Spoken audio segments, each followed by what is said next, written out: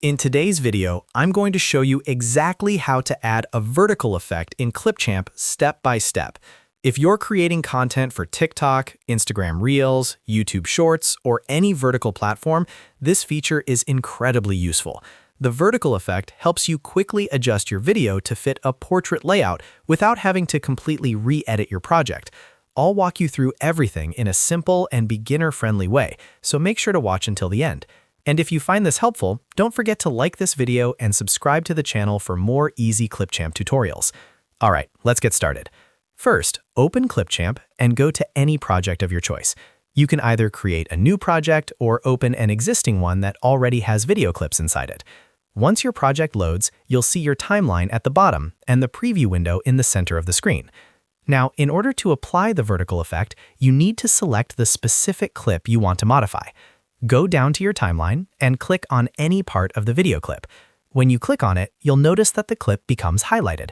This means it's selected and ready for editing. Make sure you actually click the clip itself, because the effects panel only works when a clip is selected. After selecting your clip, look toward the right-hand side of the editor where the editing properties appear. Here, you'll see several options like Transform, Adjust Colors, Filters, and Effects. Go ahead and click on Effects.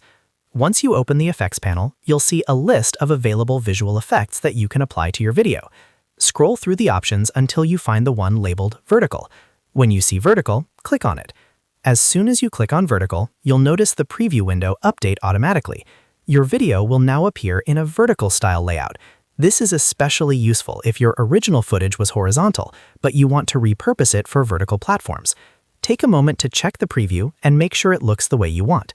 If needed, you can reposition or adjust your clip using the transform controls to better center your subject within the vertical frame. This helps ensure that important parts of your video aren't cropped out.